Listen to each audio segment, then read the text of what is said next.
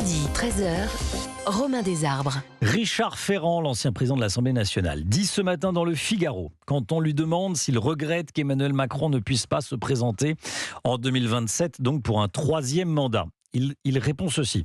Notre Constitution en dispose ainsi. Bon, c'est ainsi. Je poursuis. Cependant, à titre personnel, dit Richard Ferrand, je regrette tout ce qui bride la libre expression de la souveraineté populaire.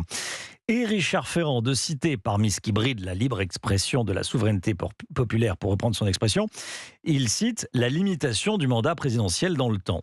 Je cite tout parce qu'ensuite, Richard Ferrand a écrit un message sur Twitter pour expliquer qu'il y avait des journalistes qui n'avaient rien compris à sa pensée. Donc je cite, je vous lis mot à mot ce qu'il a dit. Arnaud Benedetti, bonjour. Bonjour Arnaud, vous êtes avec nous ? Oui, je t'entends très bien. Ouh, je vous entends mal, Arnaud Benedetti. Vous savez ce qu'on va... Allô ? Oui, voilà, je vous entends mieux. Ça y est. Voilà, je vous entends. Professeur associé à la Sorbonne, rédacteur en chef de la revue parlementaire. Bon, Richard Ferrand estime que tout le monde n'a pas bien compris ce qu'il voulait dire. Alors vous qui êtes politologue, dites-nous ce qu'il propose exactement. Vous avez lu l'interview.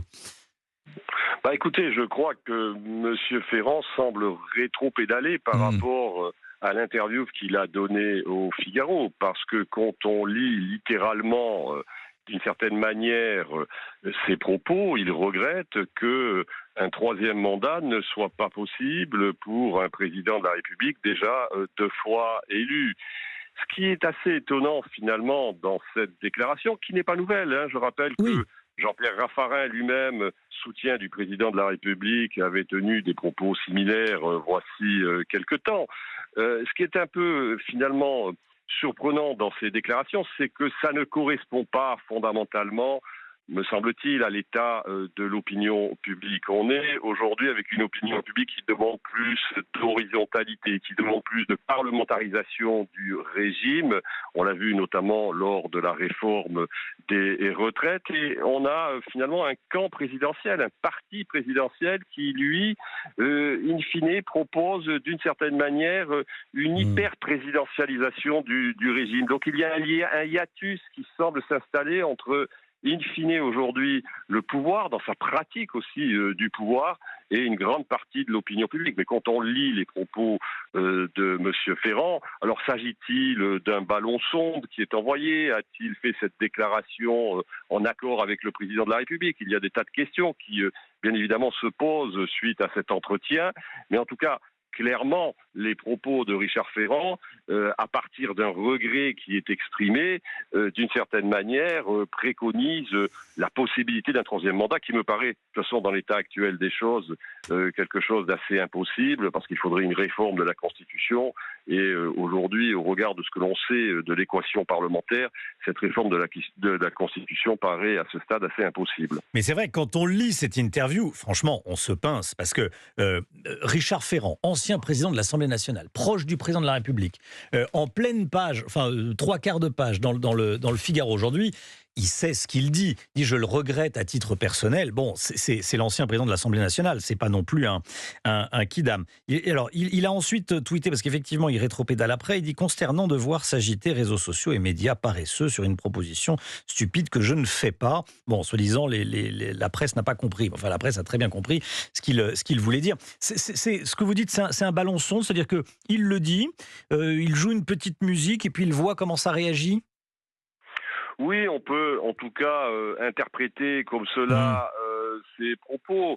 Moi, il me semble que, si vous voulez, aujourd'hui, Richard Ferrand, il a un agenda politique aussi. Richard Ferrand a été battu aux dernières élections législatives, il faut s'en souvenir, et il fait partie des noms que l'on cite régulièrement, alors à tort ou à raison, l'avenir nous le dira, comme un potentiel successeur à Madame Borne, si Madame Borne devait quitter Matignon. Est-ce que c'est un moyen pour lui de se positionner dans cette course à Matignon qui semble avoir déjà commencé ? Ça aussi, c'est en tout cas une interprétation que l'on peut avoir. Ce qui est sûr aujourd'hui, et ça me paraît le plus important, ce qui est très étonnant dans ces propos, c'est quand il parle de souveraineté populaire. Je ne vois pas en quoi, si vous voulez, on restaure la souveraineté populaire en permettant à un président de la République de pouvoir faire un troisième mandat. en ne limitant plus finalement la possibilité de faire des mandats. La véritable souveraineté populaire, c'est d'en revenir au peuple quand il y a une question majeure. C'est ce que n'a pas fait finalement l'exécutif lors de la réforme des retraites. Paul est retraité. Vous nous appelez de Saint-Brévin-les-Pins. On a beaucoup parlé de Saint-Brévin-les-Pins. Paul, bonjour. Oui, bonjour. Oui. Merci d'être C'est Paul. Merci Paul d'être en direct avec nous. Vous dites, pour moi le président est un humain, il a fait certaines erreurs, mais contrairement à d'autres, il se bouge. Donc vous êtes plutôt, qu'est-ce que vous en pensez de cette proposition de Richard Ferrand ? Bon, c'est comme dans tout, il y a du très bon et peut-être du moins bon. Je ne discute pas au point de vue politique. Moi, je vois une chose, qui est ceci. Que ce soit M. Macron ou un autre, quel que soit le nom, il y aura toujours des difficultés à abattre. Donc, ce qu'il y a, c'est que là, on a quand même eu 2 mandats, d'accord, mais pourquoi pas un 3e mandat si la personne a des compétences comme la personne Macron en question, ou que ça aurait été même quelqu'un d'autre, que ce soit de la gauche, je dis bien, ou de la droite. Pour moi, je ne suis ni plus pour l'un ni plus pour l'autre. L'essentiel pour la France, c'est d'avoir quelqu'un d'intelligent, qui sait construire une route, qui sait mener le pays, que quelqu'un comme, je ne voudrais pas jeter la pierre à M. Hollande, mais ce qu'il y a, c'est qu'il n'a rien fait pendant son quinquennat. Donc, il nous a coûté plus cher qu'autre chose par rapport aux autres présidents antérieurs. Maintenant, on ne va pas revenir en marche arrière parce qu'il faut quand même évoluer. Mais on peut faire évoluer aussi cette situation de présidence. Maintenant, rien n'empêche que si c'est pas cette fois-ci, d'avoir M. Macron qui se représente, disons, après l'autre quinquennat. Si c'est quelqu'un d'autre comme Bonneau, Le Maire, ou même de la gauche ou de la droite, ça m'est entièrement égal. Ce qu'il y a, c'est qu'on ait un président qui sache parler au peuple, et que, bien entendu, le gros malheur dans l'histoire à l'heure actuelle, et ça j'ai remarqué, je suis rien contre l'écologie parce que je suis aussi écologiste, mais à ma manière, je fais attention également. Mais quand on en vient au stade où on commence à vouloir casser du policier, je regrette infiniment, il n'y a plus de respect. Dans les écoles, il n'y a plus de respect. Donc il faut de l'ordre. Alors dès qu'on parle qu'il faut de l'ordre, à ce moment-là, on dit que ça devient une dictature. Donc, alors que ceux qui disent que c'est une dictature, qu'ils aillent alors dans certains pays dont je ne citerai pas le nom, pour pas avoir... Mais c'est un petit côté dictatorial de se représenter indéfiniment et de changer la Constitution, la Constitution pour l'adapter.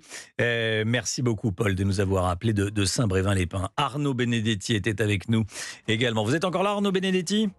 Tout à fait. Merci beaucoup d'être venu dans Europe 1 Midi, d'avoir commenté cette déclaration de Richard Ferrand. À bientôt, Arnaud Benedetti. Merci à vous. À bientôt, 12h42. Karim Mokadem, invité exceptionnel d'Europe 1. Midi, dans un instant, vice-président stratégie et électrique du groupe Airbus. Il est en charge de l'électrification des avions. À tout de suite.